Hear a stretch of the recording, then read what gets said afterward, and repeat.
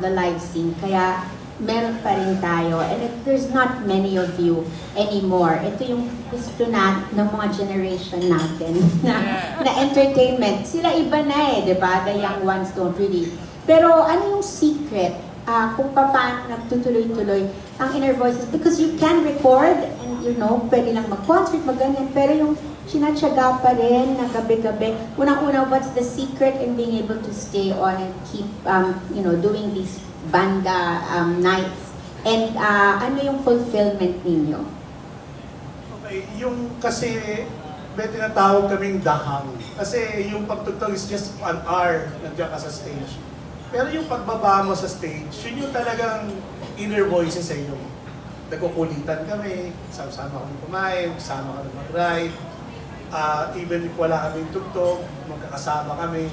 Yun yung nag-build talaga ng foundation namin eh. Sabi kasi nga namin, di ba, kung tutugtog ka, minsan sakit-sakit pa, minsan mali-mali. Pero it's just an hour of your life. But what comes after that or before that, yung kumain kami magkakasama dyan, nagtawa kami, nag-asaran kami. Yun yung talagang naging foundation. Kaya kami nagtagay. Kasi otherwise, like the others, isang away lang buwag, di ba? Eh kami, pag nag-away, after namin mag-away, okay na kami ulit. So, kaya kami nagtagay. Thank you, Miss Tessa. Next is the birthday boy. Eh, dagdag ko lang dun sa topic kanina, yung in-open ni Ray na sa ngayon, seemingly ang pinapakinggan yung mga mas bata. Pero ako kasi naniniwala ko na quality song will always find its audience. Tingnan mo yung Tensionado ng Soap Dish. It wasn't a big hit 20 years ago, but now, look at Pretty Little Baby. It's a hit all over again. Pag quality talaga yung kanta, gaya ng inyo, it will find its audience. So, antay, darating yan. No fake yung mga kanta niyo. Anyway, dun sa Christmas song yung attorney, ginawa niyo ba talagang celebratory yung kanta dahil sa mga nangyayari ngayon? Kadamihan kasi ng Christmas songs ay actually love songs in disguise as Christmas songs. Pasko na sinta ko. Even All I Want for Christmas is You, it's a love song. But yung sa inyo, celebratory talaga. Ganun ba talaga? Yes, kasi parang gusto namin i-recreate talaga yung Noche Buena. Kung ano talaga yung festive mood nung kantang yun, di ba? Yung Noche Buena, magkakasama, pamilya, nagtatawanan, yung halakak ng mga anak, and wishing for peace for everyone.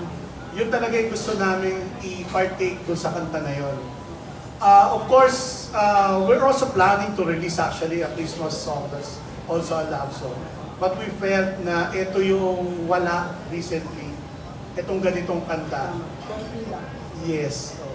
Saka commendable siya kasi mas madali kang magka-hit kung mag-aano ka dun sa hugot ng Pilipino eh. But you chose to stay dun sa essence ng Pasko. Kasi ako mismo personally, nalulungkot ako pag nakarinig ako ng Christmas love song.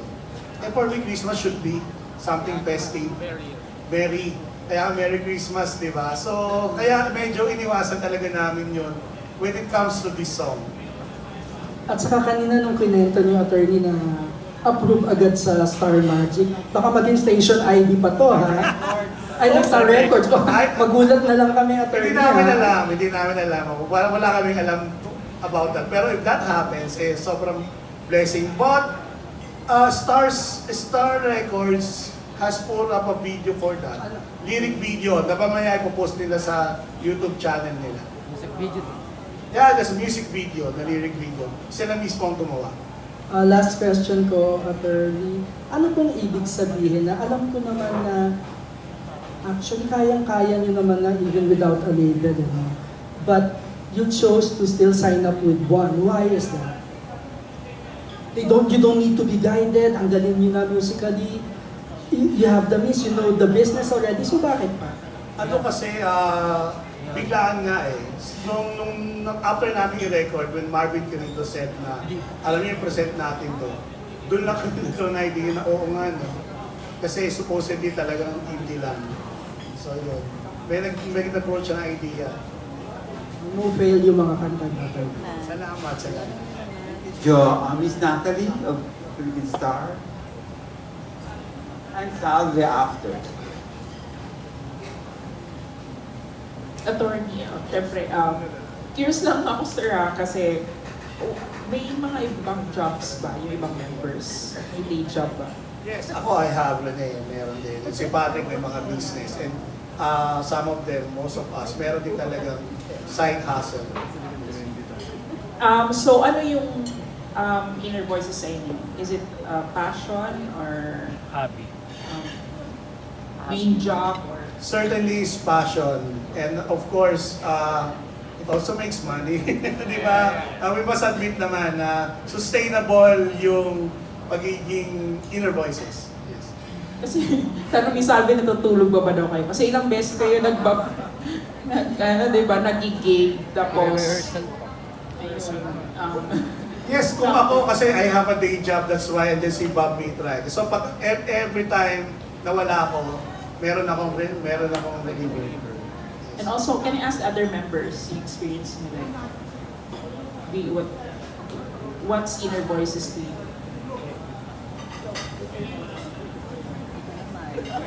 For me, inner voices, yun know, it's from his family. Family sa akin yung inner voices. Before pa kasi, because yung naging inner voices ako, early 2000s pa eh. Our original drummer back then is Rene's brother, Ruben.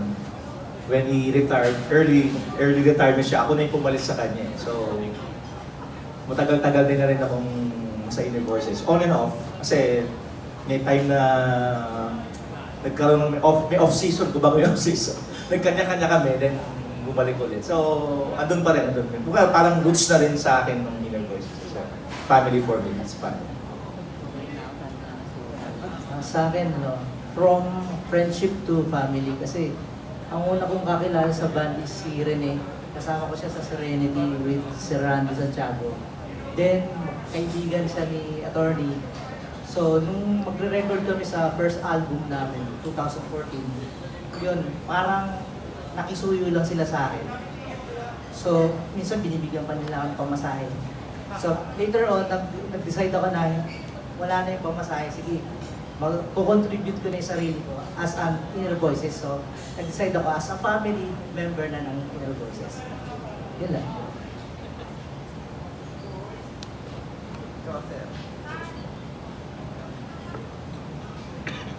Ako naman, before ako nakuha ni attorney, muna lang ako ako tsaka yung wife ko. Tumututog ako sa, cruise ship kami, tapos hotel base din sa ibang bansa, tsaka dito sa Pilipinas. Tapos nangailangan sila ng new wave na magkikinig. Pangarap ko yun, sabi ko sana may kumuha sa akin na new wave ang pondo para gusto kong tumugtog ulit. Kasi hindi ako nagbabanda yun, nangailangan sila attorney. Tsaka meron pang isang banda. Kinausap nila ako, sabi ko, anong tutugan mo? Pag sabing new wave, sabi ko, yes. Tapos sabi ko, sino kasama? Buti na lang, nandun si Papa yan So yung kilala ko So pumayag ako. For me kasi, inner voices is first and foremost family yan So, sabi na sa kanila, we'll continue this. Siguro, even if we go apart, kami pa rin we'll be helping each other kung ano man path we take. Because we are family. Kung magpahinga man kami, still be together in some way or form. So, ganun kami kasolid. Thank you. Last question. Okay, maybe the youngest of the... As a newest member naman po, dahil kakilala ko na din sila a few years ago, and in-offeran ako ni attorney to be a part of this band. Masaya talaga, and doon ko naramdaman nga na sabi ko, ito na talaga yung gusto ko makasama until hanggang kailan ko gusto kumanta. So sila, yung family talaga. Doon ko nakita yung friendship family na masarap sa pakiramdam na nagtatrabaho ka, nag-enjoy ka, and yung mga kasama mo, komportabling kasama. Yeah. Except kay attorney. Last question for attorney. Ano na yung, what's your goal, attorney? Kasabi mo parang kanina, hindi talaga yung ultimate goal mo yung mag-hit yung song. But ano ba yung goal ng comeback ng Inner Voices? Um, well, kasi sabi nga ng pamilya na yun, no? Ako, I wish better lives for each and every one of them. And tawag yung paying forward, I want them to influence other people as well. Be positive influence sa mga tao. Makatulong din sila sa ibang tao, ibang musikero, maka-inspire yun. Kasi di ba, sabi nila, if you're not young, wag na. So sabi namin, hindi totoo yun. Sabi nga kanina ni Jojo, good song, will always be a good song. No matter who is singing it. So, of course, gusto rin naman namin makilala yung mga kanta. And but it's just that, more than that, we wish to convey a message. Lalo na dun sa Christmas song. But, parang hindi rin naman siya makakonvey pag di siya naging hit, ano?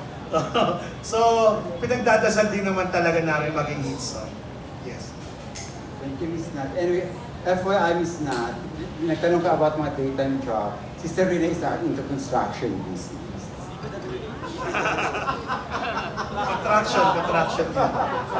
Hi, Miss Salve. Ay, good evening po. Since nasa major music, ano po kayo, like sa Star Music, meron pong changes dun sa mga plans mo? Or may mga pwedeng may additional gig ba? Or may guesting po ba kayo sa ABS? Wala kaming immediate plan na babaguhin. For changes, wala naman. Just wish to continue like this one, promote the songs, and play here sa Hard Rock and sa mga bars na tinutugtagan namin. And play sa mga events. But talagang first and foremost namin is to promote the songs, the original songs. Thank you, sir. Yung last po, parang na-mention nyo kanina, parang financially rewarding po yung pagiging doon sa sustainable or Yes, rewarding. sustainable. Yes. Thank you, sir. Thank you, Miss Salve. Sir Joey, bago ikaw, daan mo na ako kay Eric.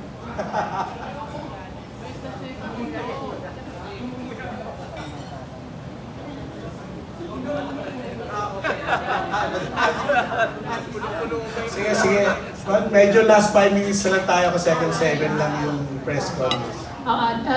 Attorney, tanong ko lang muna, sino po yung nag-compose ng kanta? Kayo po ba? Yes. Ayan. So ano pong pinaghugutan nyo? Which song? Ano kanta? Itong Christmas song na Pasko sa Aking Puso. Yung ano talaga, yung Noche Buena, kasi nakikinig kami nung, sabi ng Bermans na, makinig na tayo ng Christmas songs. Mahilig kami sa traditional Filipino Christmas songs. So nakinig kami ng Noche Buena and that was our inspiration para sa pagsulat. So wala po kayong alala na most memorable Christmas celebration with a group?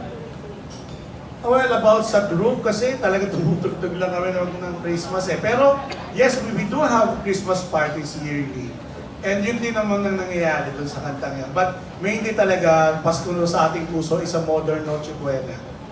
Yun yung nasa isip ng puso namin ng ginagawa yun. And kanina po na-mention nyo na nagkakaroon din naman ng mga away, tampuhan. Ano mostly po yung reason ng clashes among the group members? Kasi tumagal po kayo 30 years na, 34 years. Minor naman eh, usually sumasabit, mali sa stage, na usual naman yun ang problema, or medyo umangas yung ugali. Siguro, that guy was having a bad day today, parang ganon. Medyo mainit yung ulo, or mga ganon-ganon lang naman, na parang kami magkakapatid na nagkakaroon talaga ng misunderstanding na minor lang naman talaga, walang major. So ano po yung one thing na nag-strengthen dun sa relationship? Kasi usually po, di ba, pag band, nakakabilib nga po kayo, 34 years eh. Yung mga ibang banda, mahaba na siguro ang 20 or 15 years. Kayo po 34 years. So paano niyo po na-maintain yung ganong relationship na kahit nag-aaway, parang nahahandle niyo pa rin po? Kasi each and every one of them cares eh.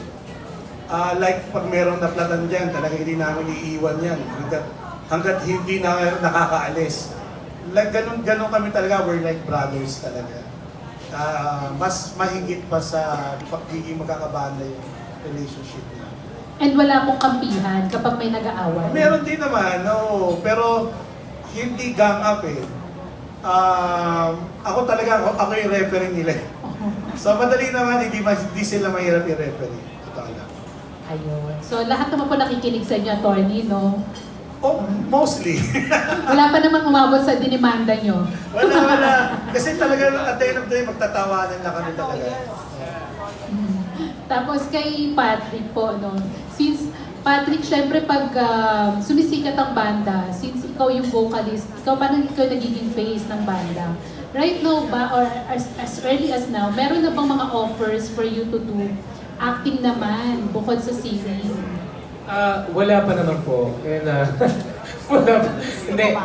Hindi ko na, pero dati pangarap ko po talaga yan. Doon kaya nung nandun kami sa Vibe TV, sa TV5, nakita ko si Johnny Manahan eh. Gusto ko siya kausap. Sir Johnny, naalala mo ba ako nung MTV Days? Nag-audition ako, hindi mo ko pinansin eh. Talaga? May gano'n ka pala. Hindi, totoo po yun. Kasama kayo kapatid. I love acting yan talaga po talaga. But kung may chance man po, edi why not? Edi iwan ko itong mga to. So, yun Biro na. Viva, pwede din. Pangarap ko din yun eh. Hindi, wala naman po. And for now, kung meron man, hindi ko po gagawin yun. Kasi andito pa nga lang po kami. And katulad po nung sinabi ni attorney, of course, everyone's wishing to have a hit song. Like the other mga original OPM band na nangangarap makagawa ng sariling kanta. And for now, I guess I'm so blessed to be part of this band na hindi ko naman din na-expect na magkaroon ako ng chance because of attorney to have an original song. So now, hindi ako po tumitigil. Ang sikreto ko lang po is hard work and prayers lang. So, yun lang po. What if so tempting yung offer? Like magiging leading man ka ni Ann Curtis. Okay po. Pag ganun po, baka talagang iwan ko to. Iwan ko talaga. Try na siguro yan. So, as much as we would like to continue yung press con, so time's up na sa atin. So, kung meron kayong tanong, DM nyo kami. And again, thank you for coming to our media con and sana masuportahan niyo yung mga bagong original songs sa Inner Voices.